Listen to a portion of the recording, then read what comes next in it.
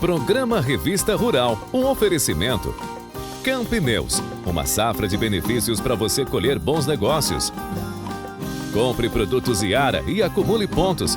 Só quem tem Iara tem boa colheita. Consórcio Jacto, condições especiais para você conseguir seu equipamento zero. Olá, sejam bem-vindos a mais uma incrível viagem pelo mundo do agronegócio. Então, apertem os cintos porque a nave Revista Rural vai decolar agora. Confira! O grande potencial da caprinocultura no país. Projeto da qualificação profissional para as mulheres no campo. Kiwi conquista os brasileiros.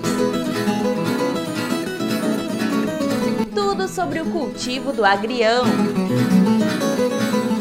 Começa agora o programa Revista Rural, a sua revista eletrônica do agronegócio.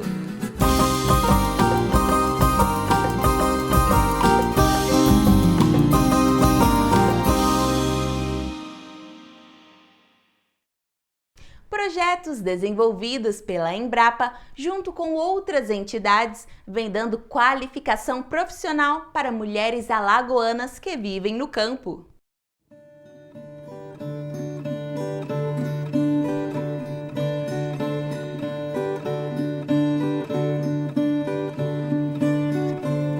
Alagoas, Alagoas. Lá tem boleiras e merendeiras e também pescadoras das boas. Mas sabe o que elas trazem em comum? A força de sustentar a família como guerreiras. Unindo talento e investimento, a Embrapa e o Sebrae mostram como valorizar o que há de melhor na agricultura familiar. E para a tradição não morrer, juntos lutam para promover. O projeto de capacitação de boleiras conta com mulheres arretadas.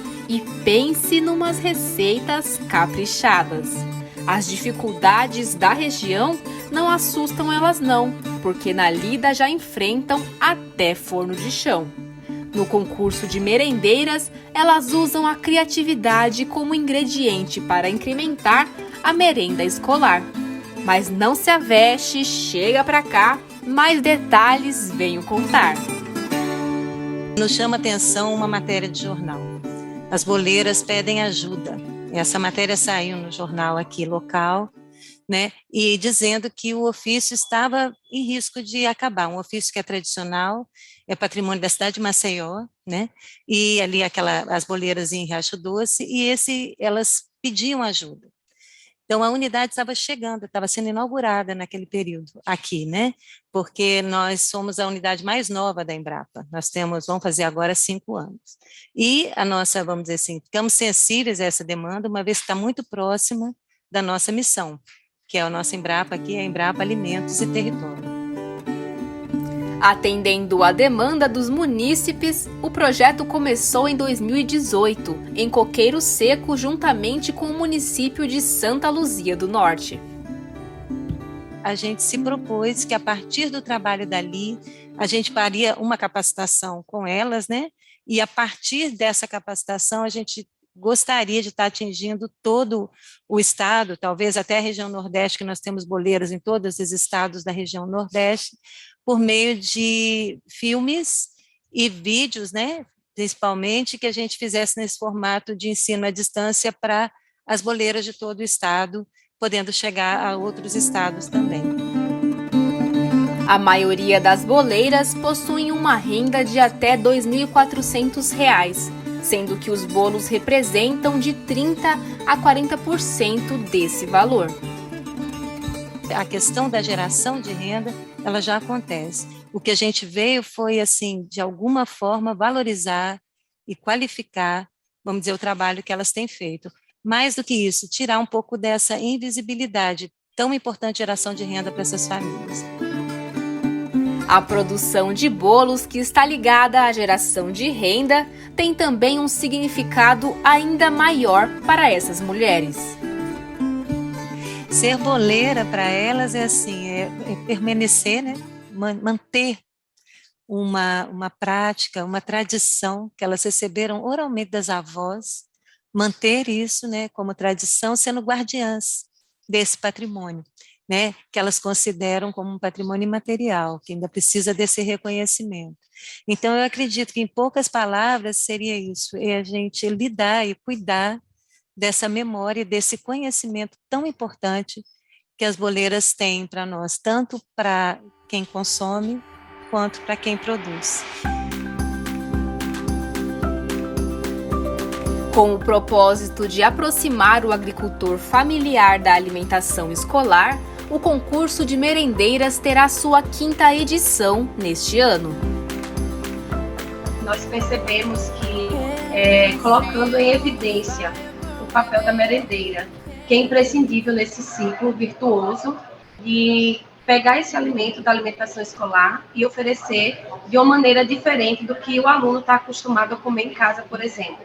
E aí a gente pode já exemplificar, a macaxeira, ele deve comer ela só cozida em casa. Então, a gente, por exemplo, através de parceria com a Embrapa, com o Senac, é ensinado para essas merendeiras a fazer esse produto de forma diferente, um purê de macaxeira, um escondidinho, com outros produtos de origem animal, por exemplo, o charque, a carne de boi.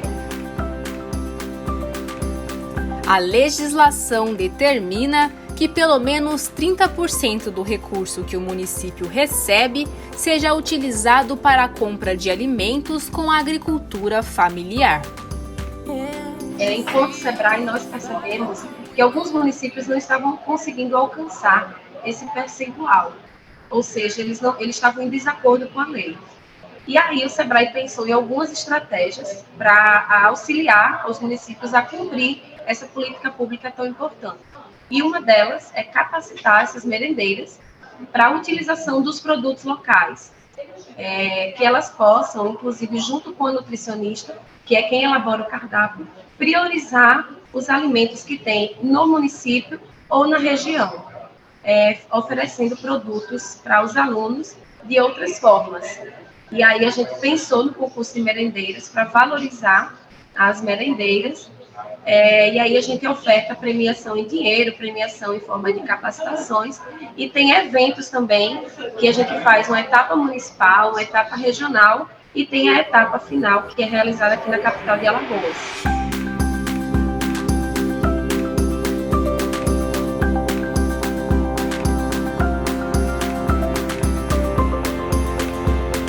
E o objetivo realmente aqui, hoje, é trabalhar com vocês o grande potencial de benefícios que esses alimentos permitem. Vocês já trabalham com esses aqui, que é o que a gente chama de convencional, é o tradicional, mas esses aqui que estão na mesa desde os primórdios, né, e que muitas vezes não é enxergado como alimento, por exemplo, esses sabemos. Os coquinhos licuri também, ou ricuri ou licuri, não é isso? Mas quanto à palma, nossa, gente, isso é uma hortaliça, mas vocês não conseguem enxergar por várias características. E é isso que nós precisamos hoje trabalhar aqui, juntamente, né, com a nossa chefe Amanda, hiper mega fantástica, que vocês precisam explorar ao máximo. Além de capacitar e incentivar as merendeiras, preparar o agricultor para ser contratado pela prefeitura também está entre os objetivos do projeto. E é o nosso maior objetivo, estimular esse ciclo virtuoso da compra pública junto ao agricultor familiar do município ou da região. A nossa prioridade é aproximar esses agricultores dessa possibilidade de escoar sua produção para o município, fazendo com que tanto a nutricionista quanto a merendeira se utilizem dessa vocação agrícola local para a alimentação escolar. Porque além de ter essa geração de renda, nós entendemos que o produto chega com a maior qualidade, tendo em vista que é do próprio município ou da região, são produtos frescos e que são entregues de acordo com a demanda do município. Vai muito além de levar conhecimento para as centenas de merendeiras e nutricionistas atendidas nas 21 cidades de Alagoas. É também uma forma da gente valorizar a agricultura familiar desses municípios. Há muitas oportunidades de inserirmos no cardápio da alimentação escolar mais alimentos produzidos localmente, como a palma, o licuri e outras maravilhas do sertão ou do agreste alagoano, por exemplo. E também significa uma forma de a gente ter uma alimentação mais saudável nas escolas, repercutindo positivamente na saúde dos milhares de estudantes que são atendidos pelo Programa de Alimentação Escolar no Brasil. Vamos lá? 1, 2, 3, valendo!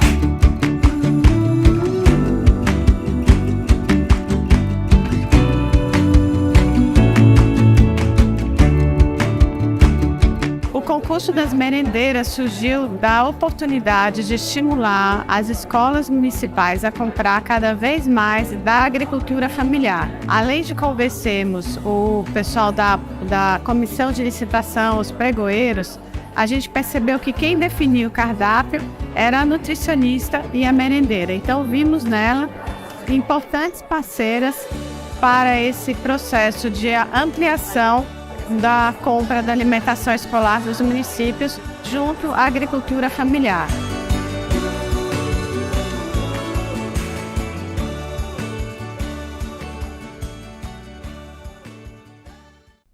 O agrião é presença constante na nossa salada, não é mesmo? Pois saiba que ela é uma cultura que não exige muito e pode ser plantada em áreas abertas ou estufas.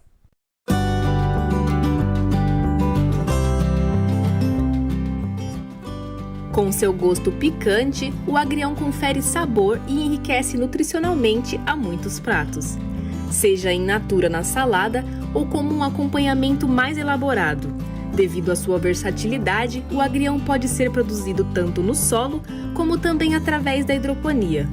Agrião é plantado praticamente em cinturão verde, né? E em cinturão verde sempre... Algumas regiões é um solo meio que argiloso, um pouco mais arenoso, então assim, ele também não tem uma exigência de um solo específico para ele. E é uma cultura que pode ser plantada no solo, até em sistema de hidroponia também. Sua versatilidade vai além da forma de cultivo e favorece a produtividade o ano todo em diferentes regiões. Mas manejar bem a irrigação garantirá a sanidade ao vegetal. Colhe o ano todo, uma média de ciclo para ele ficar pronto é uma média de aí, vai variar um pouquinho de região, mas de 45 até os 55 dias é quando ele chega aí na fase que ele está pronto para ser consumido e ser comercializado. O agrião plantado, vamos falar, na hidroponia, então ele vai estar recebendo soluções, irrigação diariamente, né, todo dia. Aqui no solo é manter o solo úmido, não encharcado. Né? Manter o solo úmido, que ele vai manter ali a qualidade de folha.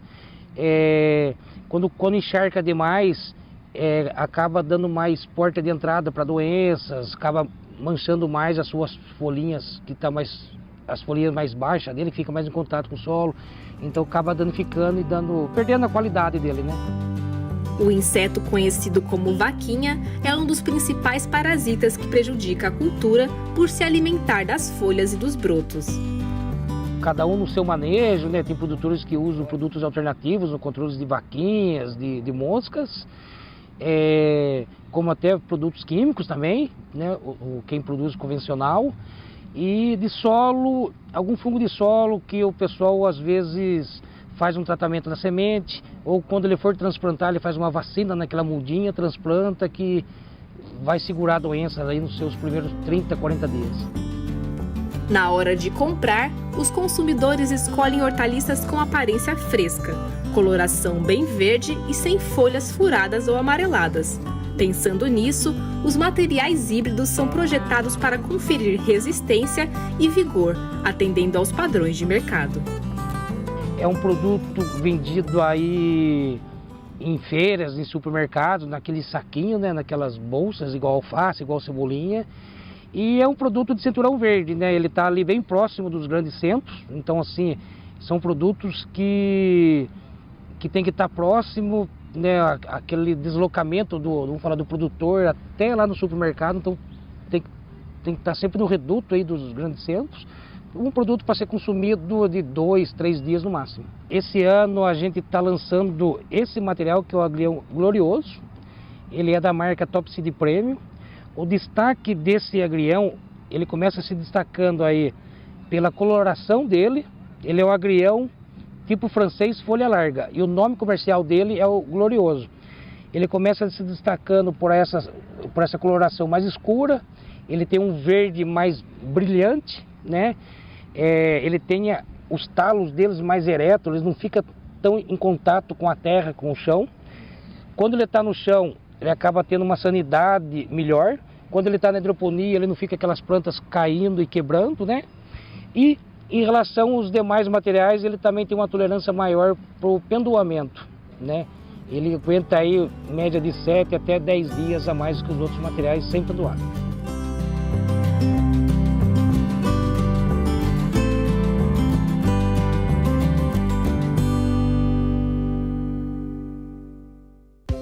Você que está assistindo o nosso programa através do YouTube, queria te pedir uma coisa. Clique no joinha e se inscreva no canal. Isso nos ajuda muito a produzir um programa cada vez melhor e mais interessante, especialmente para você.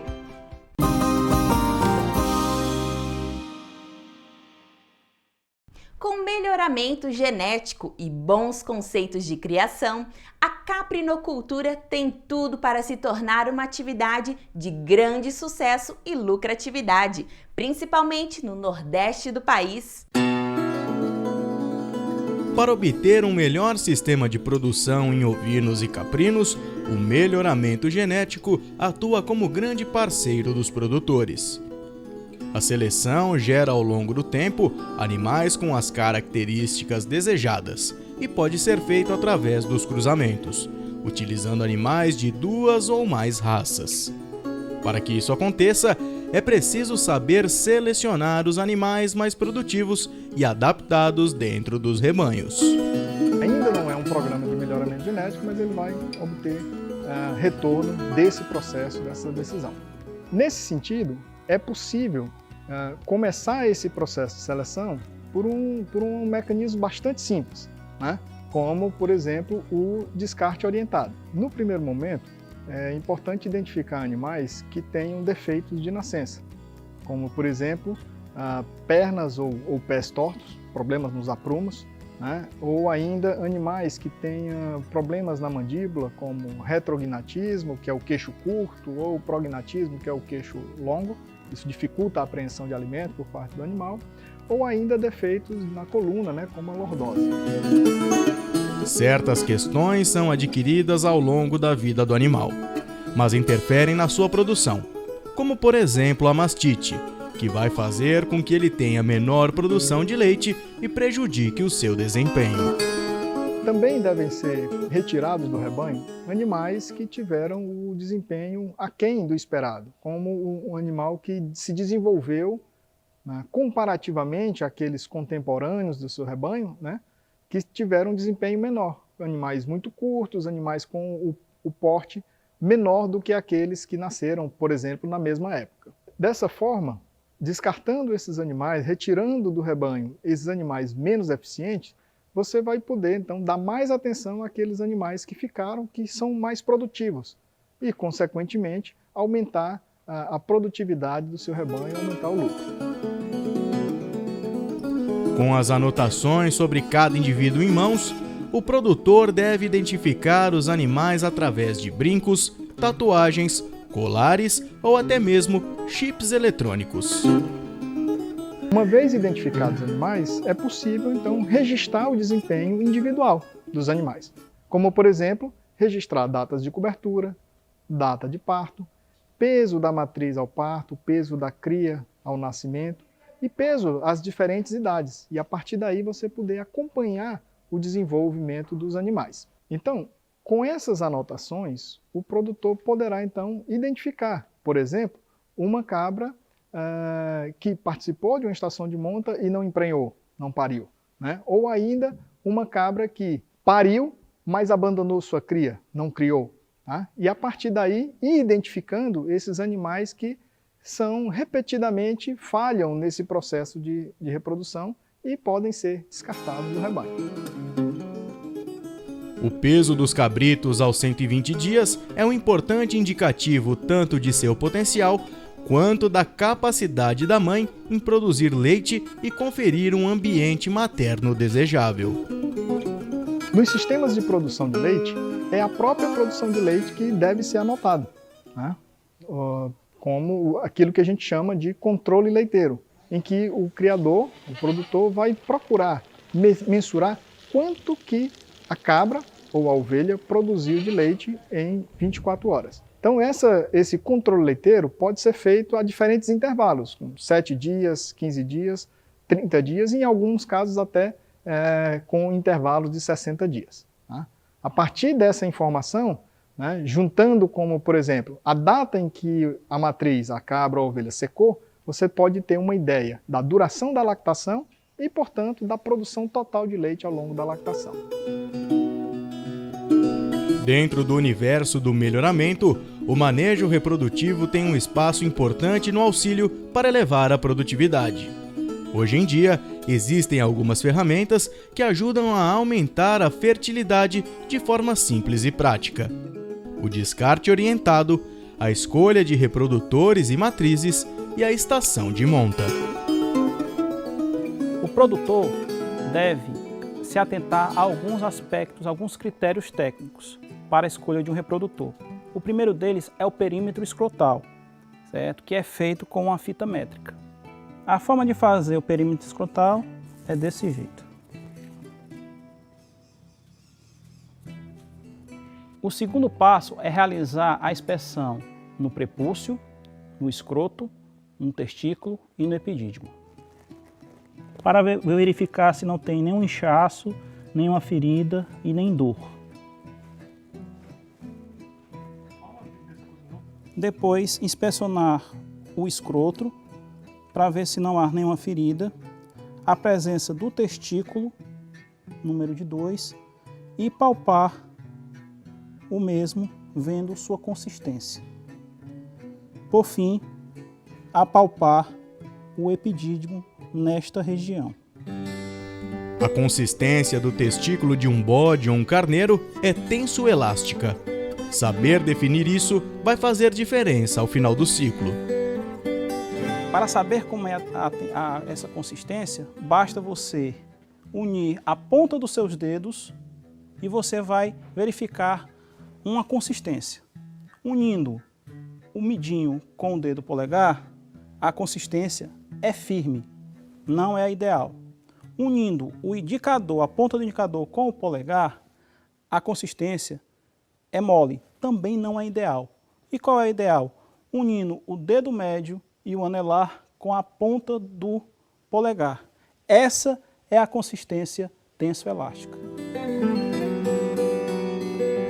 Já nas cabras, a inspeção é através do aparelho mamário, além da verificação do histórico zootécnico. A forma de palpar o aparelho mamário de uma cabra é essa.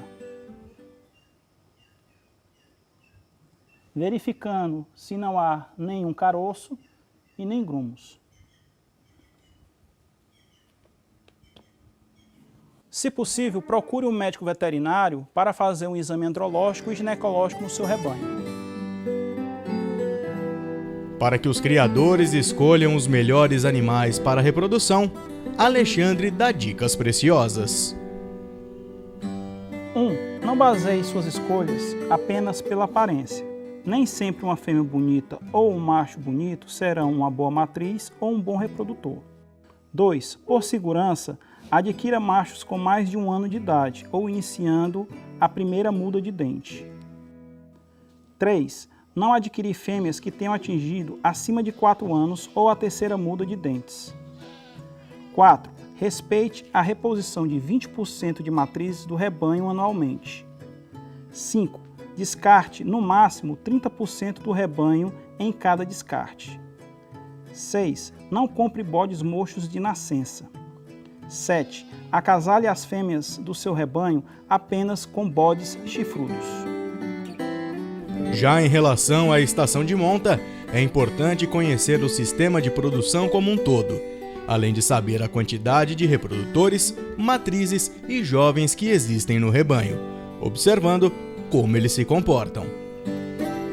Antes da estação de monta, deve ser feito o descarte orientado e o planejamento de metas para serem alcançadas a curto e médio prazos. É importante ajustar a alimentação, suplementando as matrizes e reprodutores que serão utilizados, e fazer a avaliação de score de condição corporal dos animais. Para direcionar os acasalamentos, uma sugestão é dividir o rebanho em lotes, de acordo com a quantidade de reprodutores. É importante verificar a capacidade de cada reprodutor, respeitando a sua idade e experiência. A escrituração zootécnica, que mantém as informações do rebanho disponíveis de maneira organizada, ajuda muito na tomada de decisão durante todo esse processo. Em caprinos, a estação de monta feita pela primeira vez é de 63 dias. Depois de implementada, dura 42 dias. Já em ovinos, a primeira dura 51 dias e depois 37 dias. Entre os métodos reprodutivos, a inseminação artificial se apresenta como uma biotécnica segura e eficiente. Ela consiste em depositar o sêmen, processado ou não, por meio de instrumentos no momento mais oportuno, ou seja, perto da ovulação. Ao longo dos anos, foram desenvolvidas várias metodologias para a inseminação em caprinos. Entre elas, o método convencional, francês, o método cirúrgico, por laparoscopia, e o mais recente, o método transcervical com pinçamento de colo uterino. A técnica desenvolvida pela Embrapa serve para acessar o interior do útero, facilitando a deposição do sêmen bem perto da ovulação e aumentando as chances de fertilização das cabras. O primeiro passo é conhecer o material que será utilizado.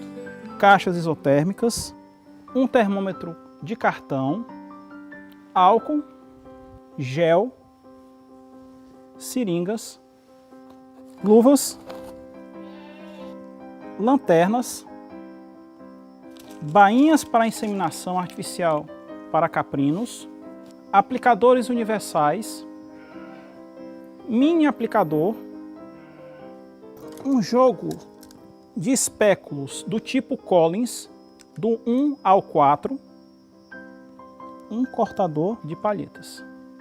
Pinça Alice, a pinça de inseminação artificial de caprinos da Embrapa Caprinos e Ovinos. O segundo passo é a imobilização e higiene da cabra. E em seguida, a introdução do equipamento para a visualização do colo uterino. Após isso, o veterinário prepara a dose com a montagem do aplicador e fixação do colo com a pinça. Na sequência, vem a inseminação, propriamente dita. É importante verificar se não houve refluxo da dose. Sem nenhum refluxo, sem nenhum sangramento. Tirei a pinça, tirei o espéculo, massagem clitoriana.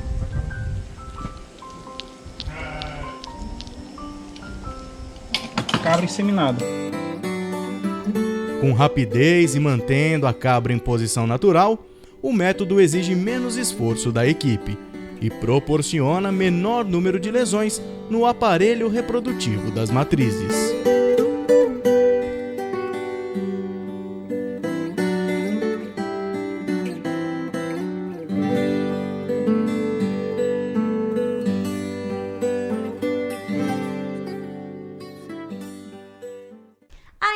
Pouco produzido no Brasil, o kiwi vem conquistando cada vez mais o gosto do brasileiro. Com o surgimento de variedades adaptadas ao nosso clima, o fruto pode ser cultivado com sucesso no país.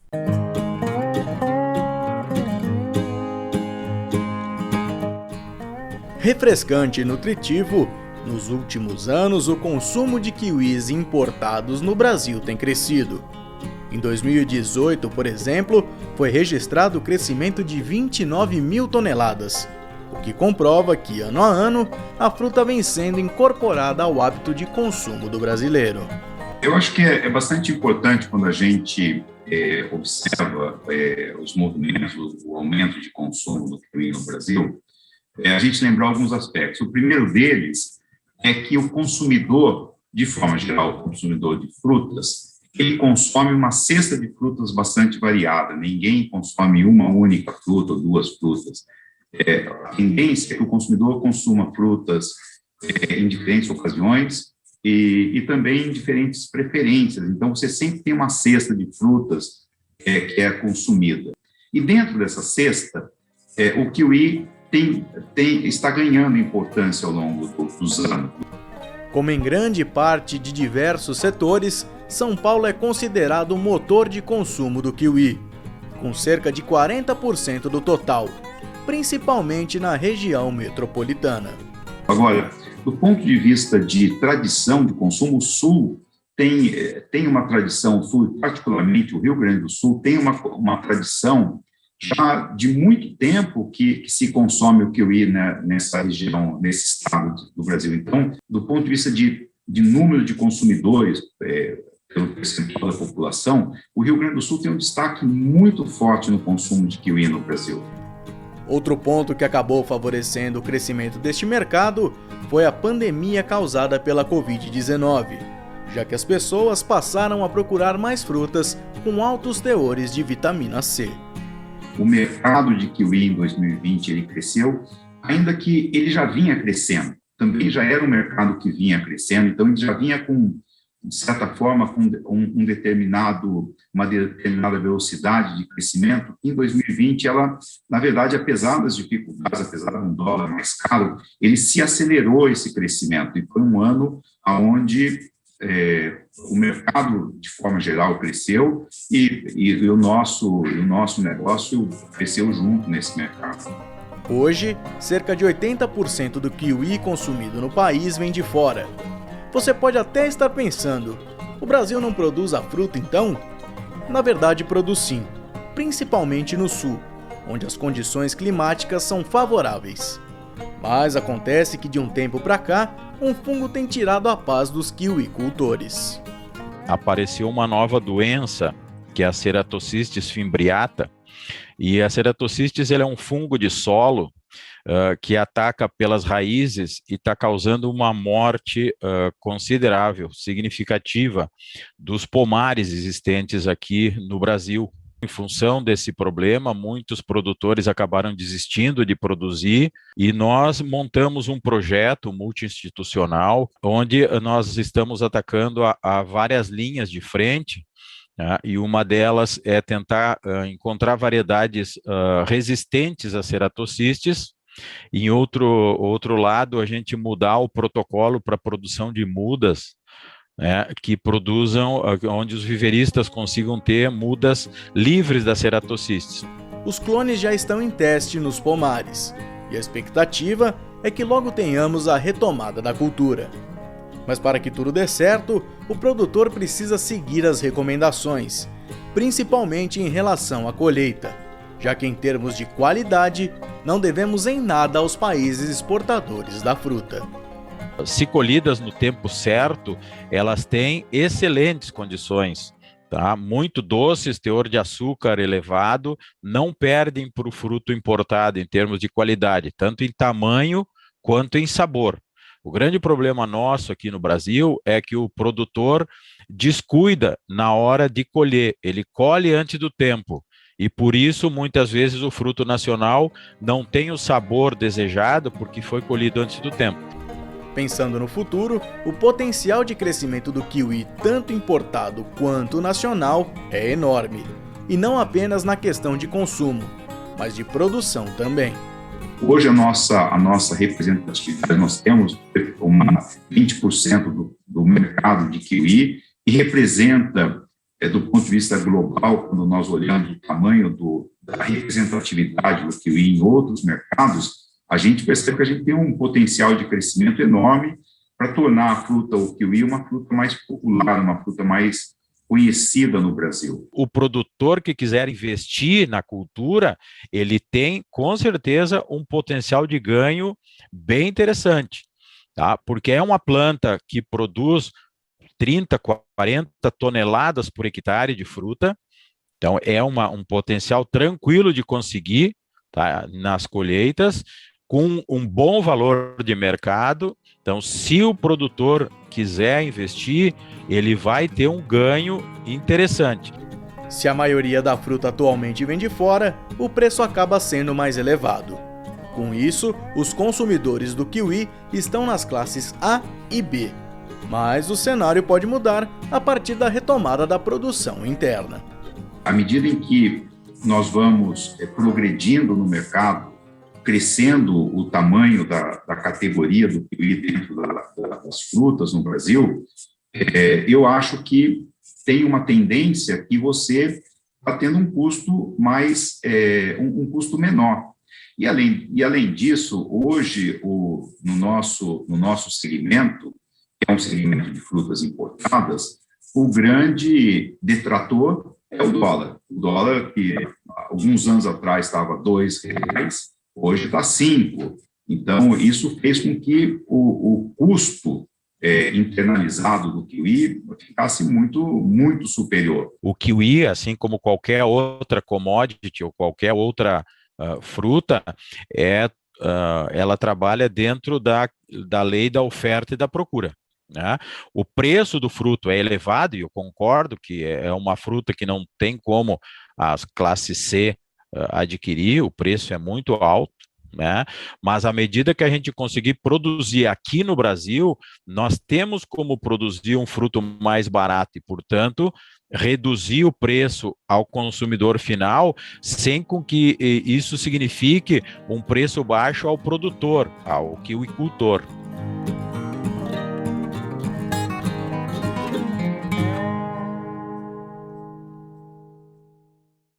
A OPVC andou sumida, né? Mas hoje ela está de volta, trazendo o melhor da nossa música de raiz. Chora viola!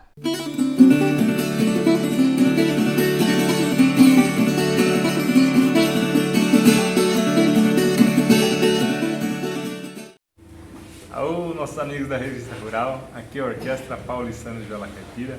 Começando para vocês mais um quadro Papo de Violeiro. E hoje nós vamos fazer uma belíssima toada de Dino Franco e Zé Fortuna, Cheiro de Relva. Bora nós! 1, 2 e 1.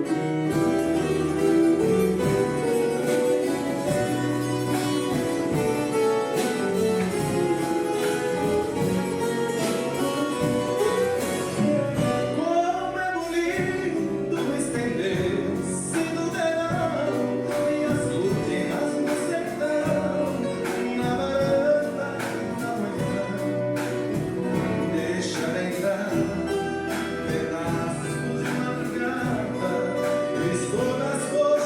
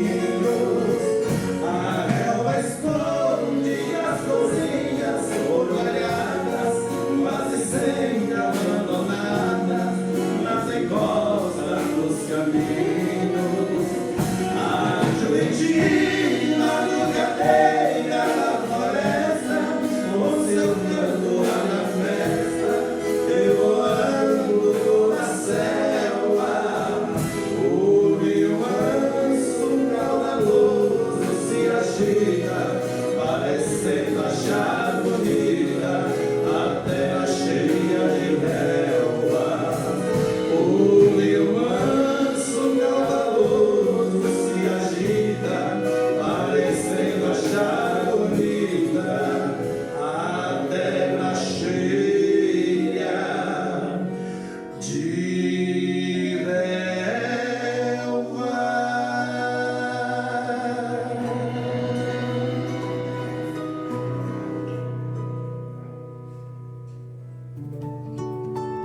Chegou a hora de nos despedirmos. Não esqueça de se inscrever no canal e clicar no sininho para ficar por dentro de tudo. Fiquem com Deus e até semana que vem!